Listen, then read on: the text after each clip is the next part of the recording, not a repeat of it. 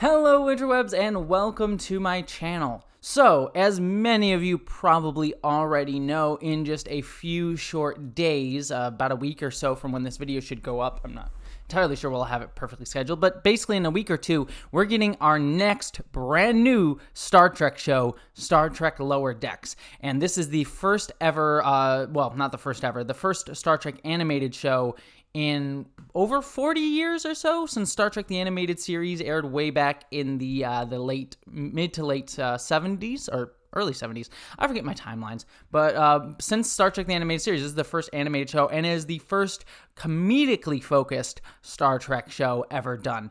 So I'm going to be honest with all of you, I'm actually very, very excited for this show. Like Star Trek Picard before it seems like it's going to be a show that's going to be a different take on Star Trek. More so than even Picard was, and more so than Discovery was to a degree, because it's really just a whole new type of tone and look and feel for Star Trek, and it focuses on the lower decks crew, sort of the ensigns of the ship. So I'm very, very excited to see what this show is going to be, what it's going to feel like, if it really feels like Star Trek overall. So yeah, I just wanted to take this video and talk about the things that I really hope that Star Trek Lower Decks gives us. What types of things that I expect or hope that this show has. So yeah, let's dive into what I want from Star Trek Lower Decks before it actually premieres in just a few short days. The first thing that I really, really want from Star Trek Lower Decks is really heavy, high-concept science fiction. One of the things that I love about Rick and Morty and Solar Opposites, which are both shows from the same creator as Star Trek Lower Decks, is that they are very, very, very, very high-concept science fiction shows. Yeah, they're comedic. Yeah, they're crazy. Yeah, it's sort of focused on the hijinks of the characters on those shows. But almost every single episode has a really crazy, high-concept science fiction idea that just, totally just mashes together a bunch of different ideas. Like we had in one of my favorite episodes of Rick and Morty was the episode where we got multiple timelines branching off all at once, where Rick and Morty basically were you get to see one episode, but you get to see different timelines. But you get to see different timelines all playing out on the same screen at once, and you got to see the little subtle differences between all of them, and it constantly exploding out. And then Solar Opposites had this really brilliant arc where people were miniaturized and put in this hamster wheel wall thing, and it created one of the most interesting stories on that show, even though the rest of the show is pretty standard. One of the things I like about those shows is just those high concept sci-fi ideas, and I think that that's something that is perfect for Star Trek Lower Decks. Star Trek has always been a show about very, very high concept sci-fi ideas, like doing crazy, weird science fiction stuff like wormholes and time travel and things like that. But unfortunately, just because of it being live action and requiring a budget, especially in the older Star Trek shows, Star Trek Discovery and Picard having a little bit more to do, but even then, because of the limits of just physically people being there, you were limited in the amount of crazy sci-fi stuff that you were able to do and show. But in animation, you can do whatever the heck you want. You can do really crazy, insane, weird stuff. And so I really hope that Star Trek Lower Decks learns from Rick and Morty and Solar Opposites and does some crazy, weird science fiction stuff that you don't get to see in a normal Star Trek show. I don't want this to feel I want this to go really crazy and out there and weird, especially since it can be more comedic.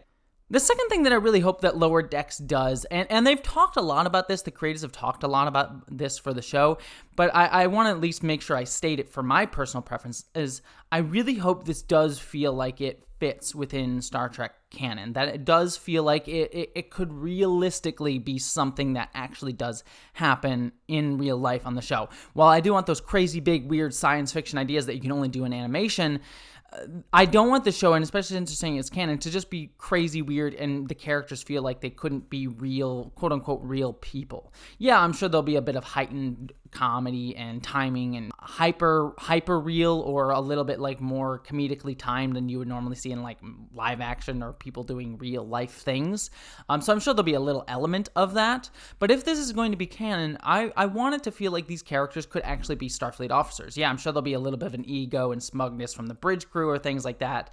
A little bit of I don't know, I'm a little less confident myself from the ensigns than we normally would get in a live action show.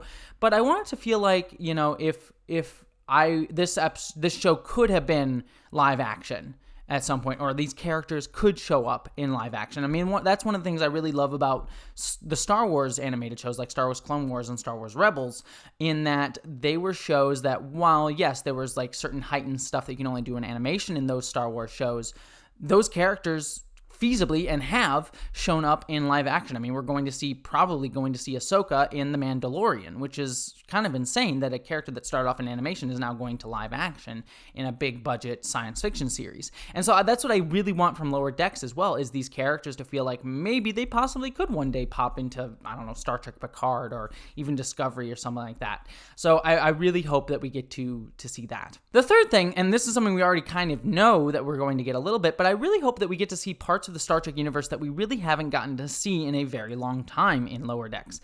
For example, one of the big things is, I forget the name of the species, but in Star Trek the Animated Series, we had Maress, this sort of cat lady on the bridge, and then in Lower Decks, we're getting those cat people back in the form of the Doctor on the Star Trek Lower Decks ship. So I'm really excited that we're getting to see these like elements of lore, of Star Trek lore, that we really haven't really touched upon in a very, very long time. And I think Lower Decks has this chance, because it is an animated show, because it can go crazy budget, because it's like telling one-off stories and not doing a serialized drama, that it can really touch upon different elements of Star Trek that we really have not gotten to see over the past like couple decades. Maybe we'll get to see the Dominion and things like that. Maybe we'll get to see the Deep Space Nine. That would be amazing if the ship takes a stop at Deep Space Nine at some point. Just these really like these touchstones of Star Trek, especially the era that that Lower Decks is taking place in, which is 10 years after the Next Generation, that we really get to kind of see a little bit of like what happened after. And I know Star Trek Picard kind of hit a lot of these beats as well, like with 7 of 9 and things like that. But I would like to see sort of that middle ground between where things were in Star Trek Picard and where things were in Star Trek The Next Generation and Voyager and Nemesis, and sort of like see how things got from there to here to parlay Star Trek Enterprise. So I really hope that we get to kind of see that in there. And the fourth thing, and the last thing that I really want to hit upon in this is they've already talked about this, but I really hope that Star Trek Lower Decks does have cameos, but cameos that we would not have expected. Now, I'm sure we're going to get the prerequisite Jonathan Frakes cameo, because Jonathan Frakes just needs to appear in every Star Trek show in some way, shape, or form at this point, as Riker or as a director behind the scenes. So I'm sure we're going to get a Riker cameo at some point in the show, but I really honestly don't really care or want like Patrick Stewart's Picard to show up, or Data or Geordi. Well, like, it would be nice to see those characters, but I would really like to see characters that you normally wouldn't have thought you would see on ever again, really, in Star Trek. I mean, this is a chance to see characters like Ensign Ro show back up in Star Trek. I mean, she disappeared in Next Generation. She was supposed to be in Deep Space Nine, but ended up not happening because the actress didn't want to do it.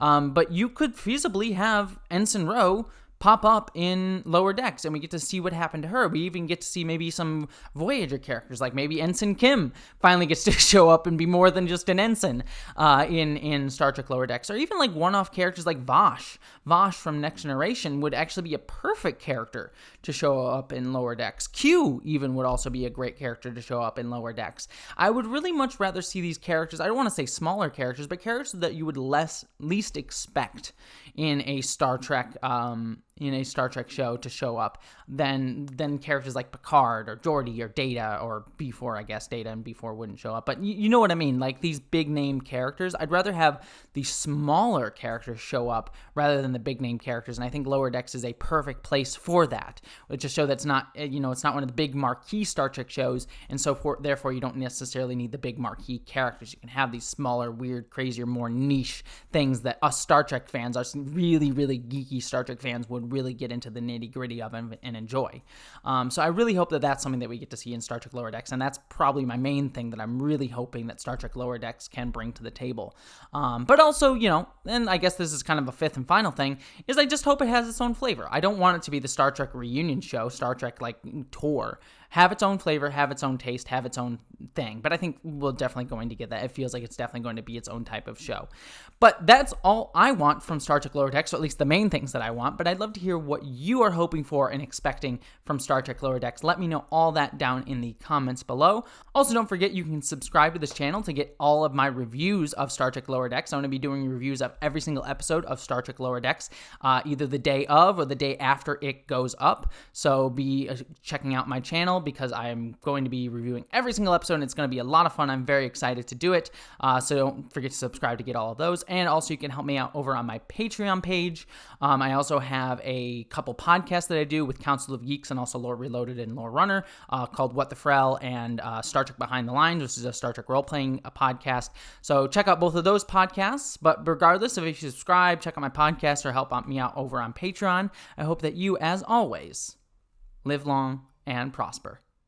Thank you so much to all my patrons who support me over on Patreon, and an extra special thanks to my commander level and above patrons, Ashley Allen Bocello, Miranda Janelle, Eli Berg-Moss, Ashlyn Solstice, Christina Dalliance, Greg Gillum, Boyd and Mary Beth Earl, Wayne Twitchell, Ish the Mad, Buttoneer, Randy Thompson, Mouse Pounder, Jemshin, Susan Banks, Wellington Marcus, Lorena Mesa, Alexander Miller, John Steele, William Stewart, Michael Beam, Gavin Robinson, Aaron Brown, Christy Marie Johnson, Jason Knott, Maggie Evans, Maeve, Subraxis, Zach Cody, Dante St. James, Wen Dizzle Bizzle, Auntie Cat 808, Patrick Shannon, Din Hagney, Mark the Edge, Bree Beecher, Polly Mina, and Gretchen Badger. Thank you to all of you. I couldn't do this without you, so thank you so much for your support.